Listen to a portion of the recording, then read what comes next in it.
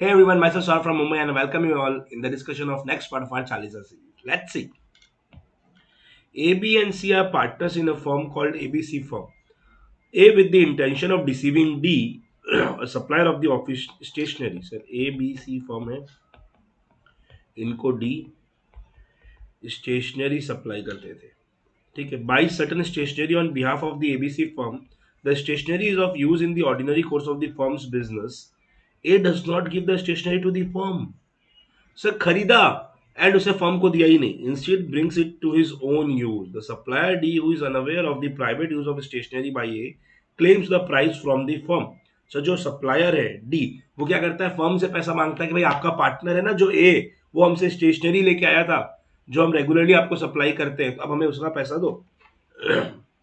The firm refuses to pay the price on the ground that the stationery was never received by the firm. Referring to the provisions of the Indian Partnership Act 1932, decide whether the firm's contention shall be tenable. क्या firm का intention सही है कि हम पैसे नहीं देंगे क्योंकि हमारे पास स्टेशनरी ही नहीं आई? The answer is no. Why, sir? Because firm and partners are having mutual agency.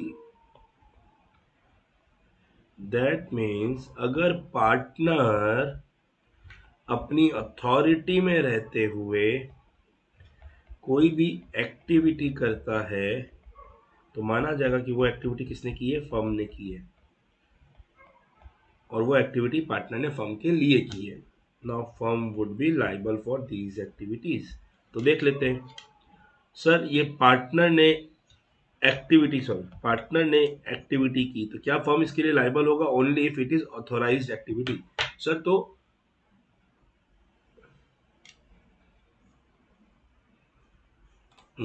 So authority की बात तो ऐसी ही देखो कि इम्प्लॉयड अथॉरिटी होती है हर पार्टनर की कि वो पार्टनरशिप फर्म के डे टू डे मैनेजमेंट में पार्ट ले सकते हैं unless expressly restricted by the partnership agreement. And यहाँ पे सिंस कोई एक्सप्रेसली रेस्ट्रिक्ट करने वाला पॉइंट ए के लिए दिया हुआ नहीं है तो मानेंगे ए के पास, ए ने जो ये एक्टिविटी की वो करने की अथॉरिटी उसके पास बाई लॉ है.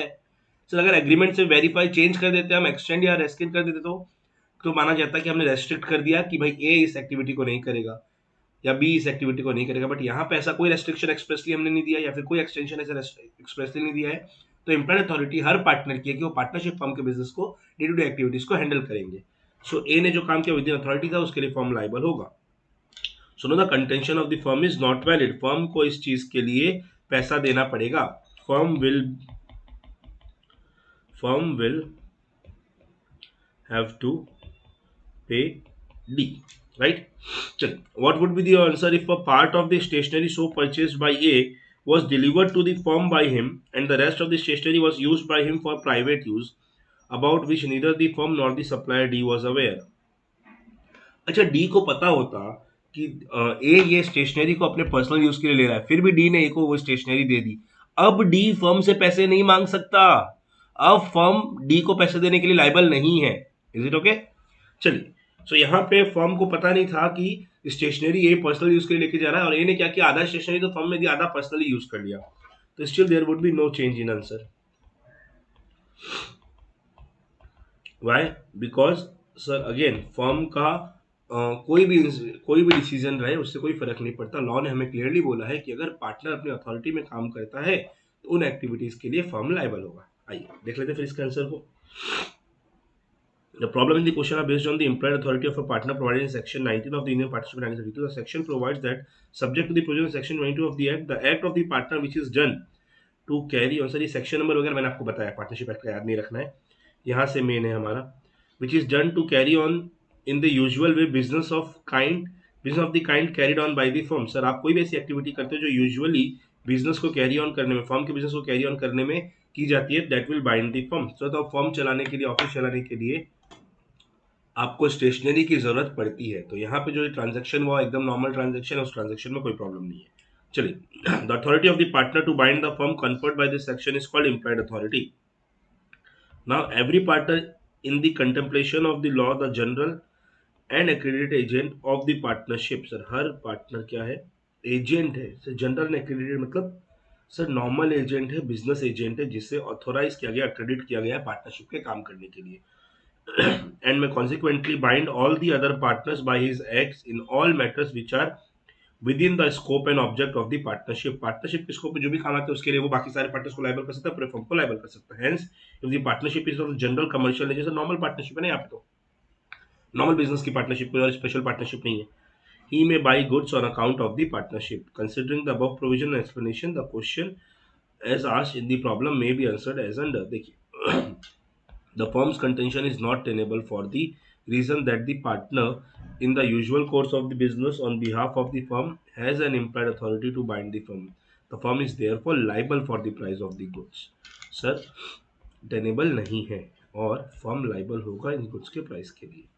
In the second case also the answer would be same as above, that is implied authority of the partner binds the firm. In both the cases however the firm ABC can take action. दोनों case में ये तो हो ही सकता है ना, partner ने firm के साथ गलत तो किया ही है, तो फर्म के पास एक ऑप्शन है कि फर्म पार्टनर के अगेंस्ट एक्शन ले सकता है, पर डी को तो फर्म लाइबल होगा दोनों केस में, राइट. चलो, तो डिस्कशन तो इतना ही था, पर एक पॉइंट मेरे को यहाँ पे इंपॉर्टेंट बताना है. देखो मैंने केस स्टडी लिखने का एक पैटर्न बताया था. ये है प्रोविजन, ये है एनालिसिस, इसके बीच में आना चाहिए फैक्ट्स. आईसीआई ने सजेस्टेड आंसर में मिस किया है, पर आपको मिस नहीं करना है, आपको फैक्ट्स हमेशा हर केस स्टडी में लिखना है. प्रोविजन, फैक्ट्स, एनालिसिस, लास्ट में एक लाइन कंक्लूजन. अगर कुछ क्वेश्चन रिक्वायर्ड से यहाँ पे आपने एनालिसिस को ही कंक्लूजन की तरह लिख दिया तो अलग से कंक्लूजन की जरूरत नहीं, राइट. चलो, so that's it for this video. Thank you so much everyone. Bye bye. Take care. जय जिनेंद्र.